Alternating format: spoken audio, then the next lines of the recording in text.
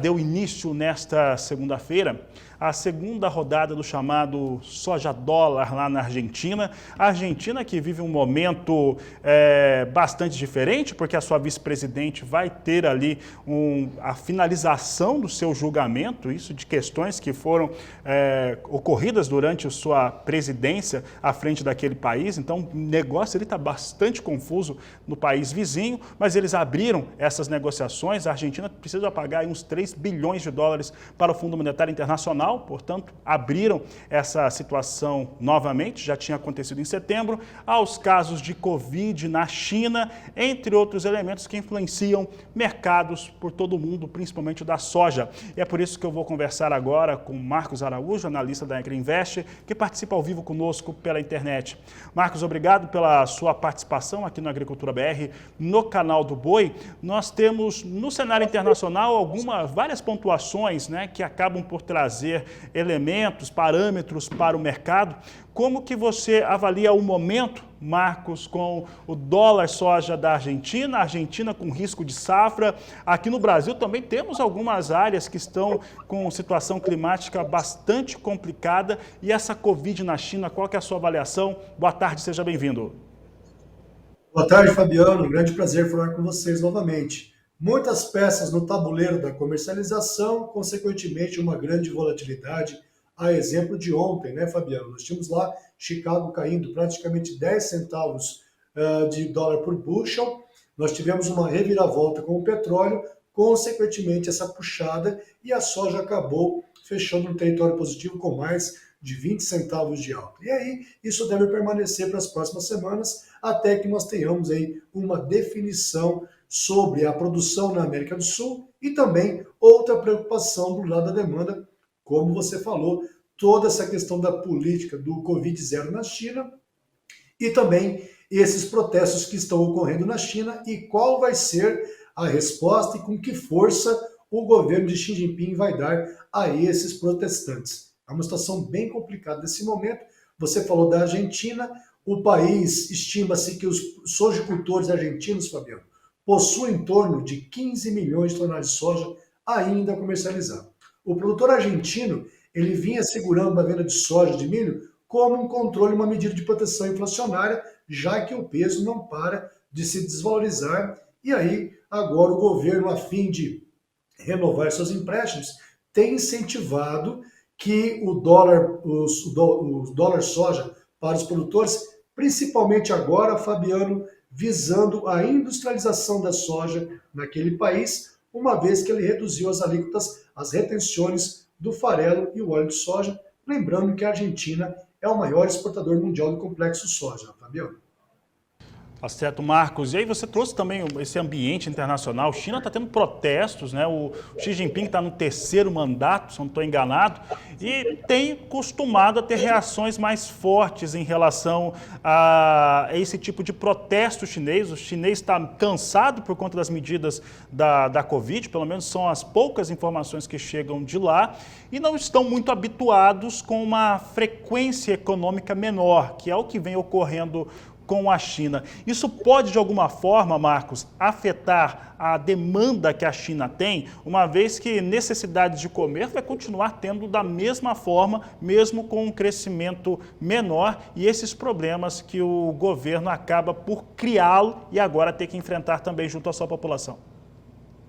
Certamente, Fabiano, podemos ter um impacto, uma redução a menor da demanda chinesa. Para você ter uma noção, cerca de 300 cidades chinesas encontram-se em lockdown, o que representa algo em torno de 60% do PIB chinês. Lembrando que quando você tem essa perda da mobilidade social, do convívio, as pessoas deixam de se confraternizar, deixam de ir no restaurante, onde normalmente o pessoal lá chuta o balde, come um pouquinho a mais aí. Então, com essa maior demanda, esse convívio social causa uma maior demanda. Nesse momento você tem, por exemplo, essas cidades em lockdown, essa redução da demanda, e pela primeira vez nas últimas 18 semanas, Fabiano, nós tivemos um leve aumento dos estoques de soja nos portos chineses, o que dá um contrapeso. Porém, do outro lado da balança, como você bem alertou, nós temos aí toda ainda essa incerteza sobre a produção de soja na temporada 2022-23 aqui na América do Sul. O Paraguai está indo muito bem, obrigado, porém, alguns estados chaves como Mato Grosso, o próprio Mato Grosso do Sul, Goiás, partes de Minas Gerais, você tem algumas micro-regiões com climas adversos e a soja entrando precocemente na sua fase reprodutiva, encontrando-se em fase de florescimento, Fabiano. Dando esse cenário, e aí nós temos uma realidade aqui no Brasil, eu estou falando de 3 países, né? Argentina, China, Brasil, são 3 países que vivem de alguma forma e ao seu modo algum tipo de ebulição que traz um conflito político interno, e aqui no Brasil nós temos esse cenário também. Na esteira dessas questões, nós temos indefinições importantes para a economia nacional e tem feito principalmente o dólar oscilar frente ao real. Ora, o mercado entende uma coisa, ora interpreta outra, vai dependendo também dos pronunciamentos que vão sendo feitos, mas a verdade é que há uma grande ansiedade frente à confirmação da equipe econômica. Tendo em vista este posicionamento, dólar e câmbio aqui no Brasil vai ser realmente definitivo para a tomada de decisão na comercialização de soja, por exemplo, Marcos? Certamente, Fabiano, o governo eleito aí, né, com todas essas incertezas sobre as urnas, vem a passos largos aí trazendo a economia brasileira para o buraco, com todas essas propostas de medidas populistas para estourar o teto de gastos em 198 bilhões de reais por 4 anos, como se não houvesse amanhã, como se não houvesse responsabilidade fiscal. A velha máxima da esquerda, né? O dinheiro do governo não é de ninguém, então é nosso e vamos gastar. Não é bem por aí. Então o mercado aguarda ansiosamente a espera dos ministros que serão os nomes para o ministro da Economia, por exemplo. Isso deve ter trazido grande volatilidade e até que nós não tenhamos uma definição, o dólar deve sim se comportar em grande volatilidade. Marcos, o que você aguarda em termos de posicionamento para o mercado de soja e milho nesses próximos 10 dias, considerando aí o final, essa semana ainda e a próxima?